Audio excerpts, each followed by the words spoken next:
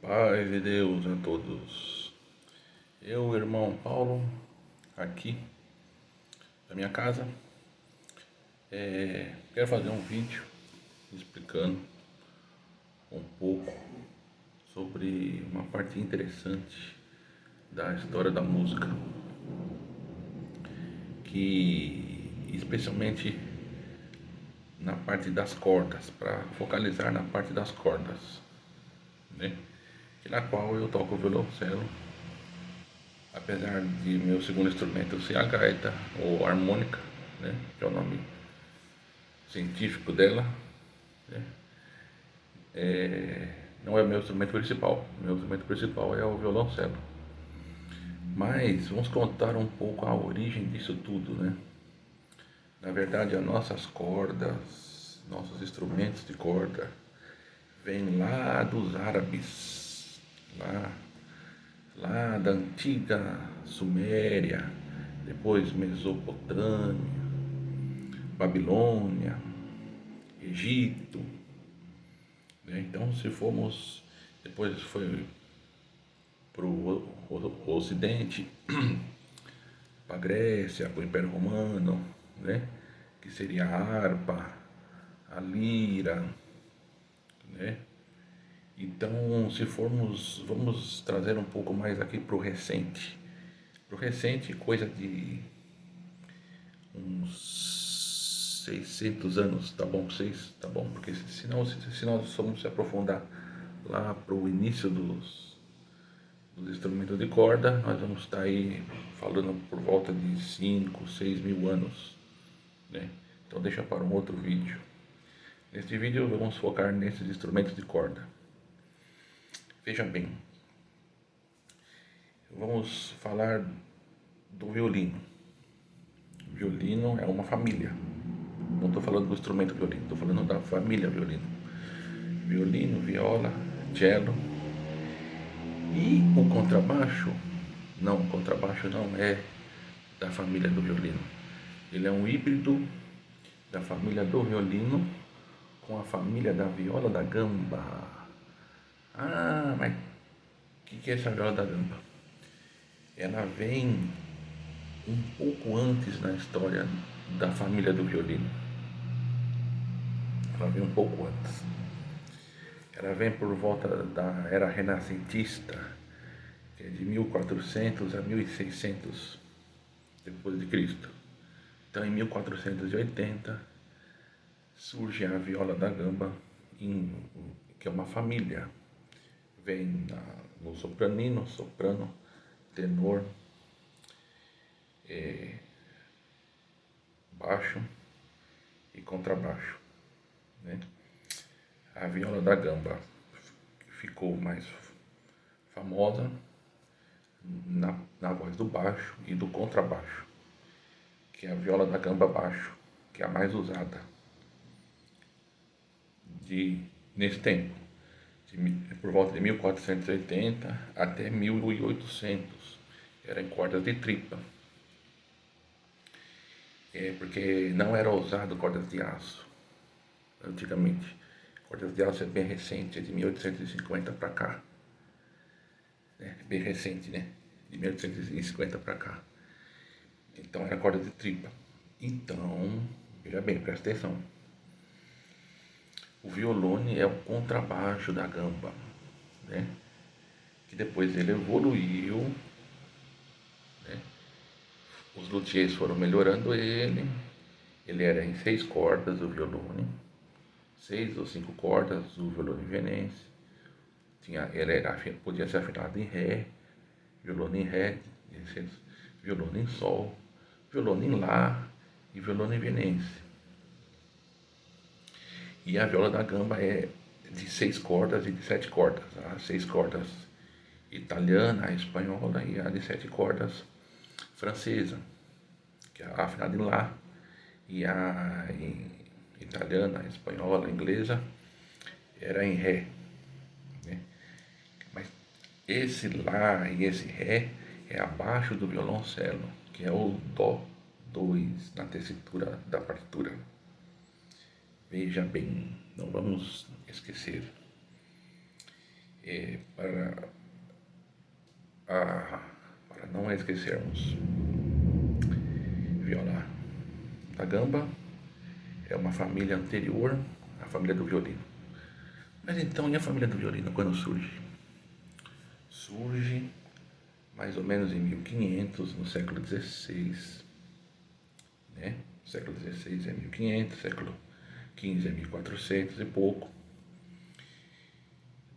Através de um aprimoramento que os luthiers estavam fazendo para buscar um som, um volume mais alto no instrumento, aprimorando também as suas técnicas de luteria, né? Geralmente no norte da Itália, em Cremona, em Bolonha, em Veneza. Aí surgiram Amati, né? Stradivarius, que já tinham conhecimento das violas da gamba, já faziam violone, viola da gamba, já faziam. E aí foram descobrindo essa nova família e ela foi sendo aceita. Porém, ela era popular. Era mais entre os camponeses, plebeus, o povo, como nós. E a viola da gamba era um negócio mais requintado, era de reis, monarquia, da elite, da burguesia. Veja bem onde é que vai chegar isso.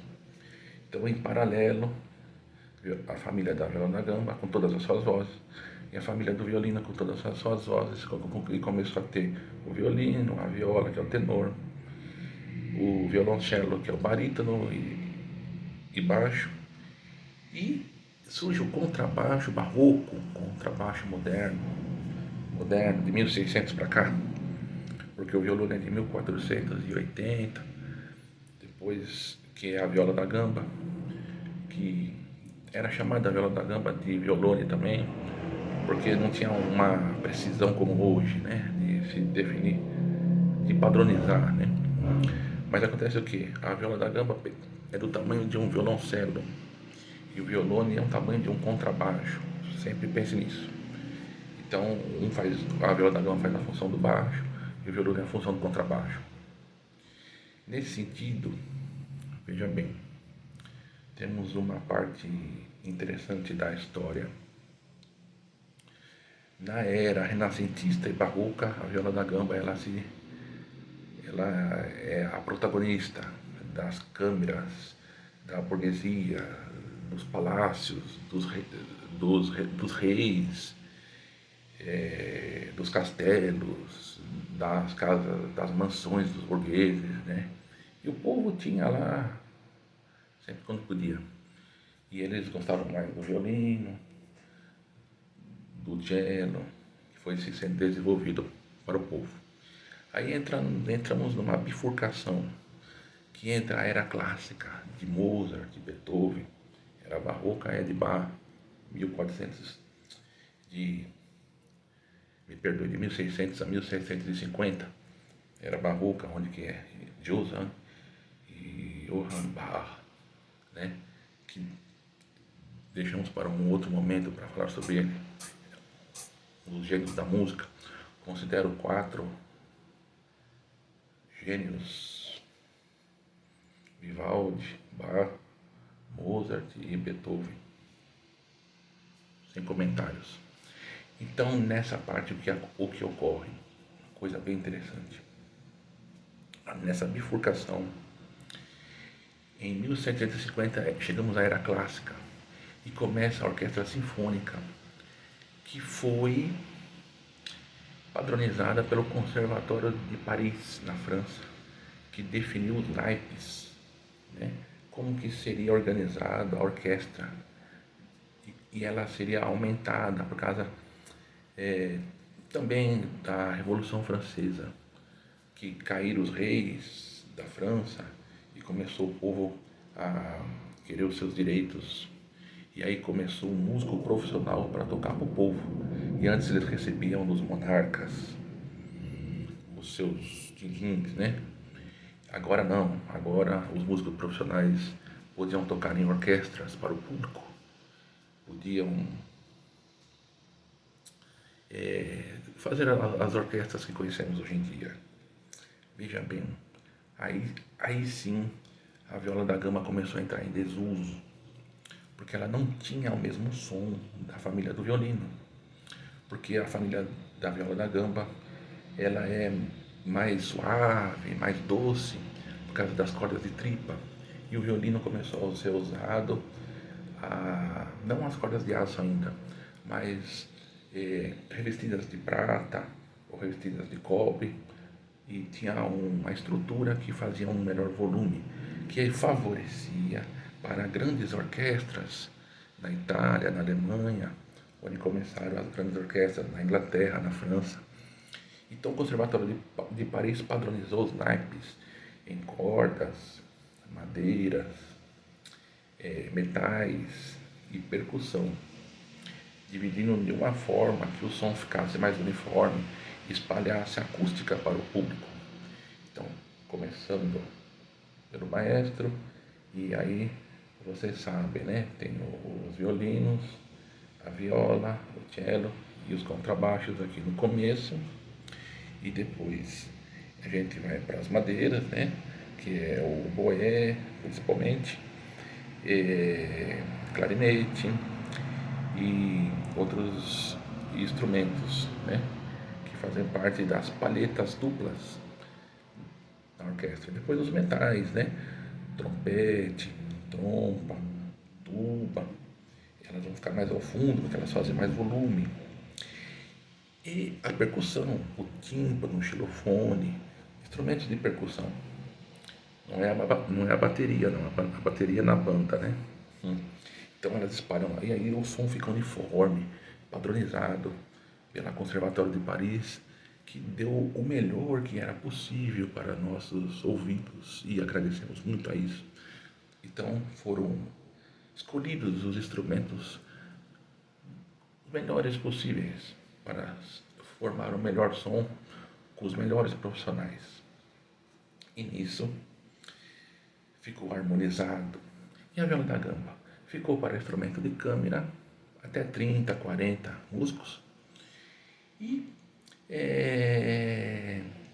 junto com outros instrumentos da era barroca, como o serpentão, que depois outro dia eu posso mostrar para vocês, que era o ancestral da tuba, né? Então, vamos reformular tudo isso, resumindo, para terminar nosso vídeo. Então, houve um tempo que o violino não era a família do violino não era a predominante, era a viola da gamba, na era renascentista, na era barroco, de 1400 a 1750. Mas já existia a família do violino em volta de 1500 já, e concorria nas orquestras, nas câmeras, né, nas cameratas, nos quartetos, na música folclórica de cada povo, né? Estamos falando de Europa Ocidental, né? E Oriental também, Europa em si. Porque se formos falar de Ásia, África, Américas, fica para um outro assunto, para um outro momento. Então é isso, pessoal.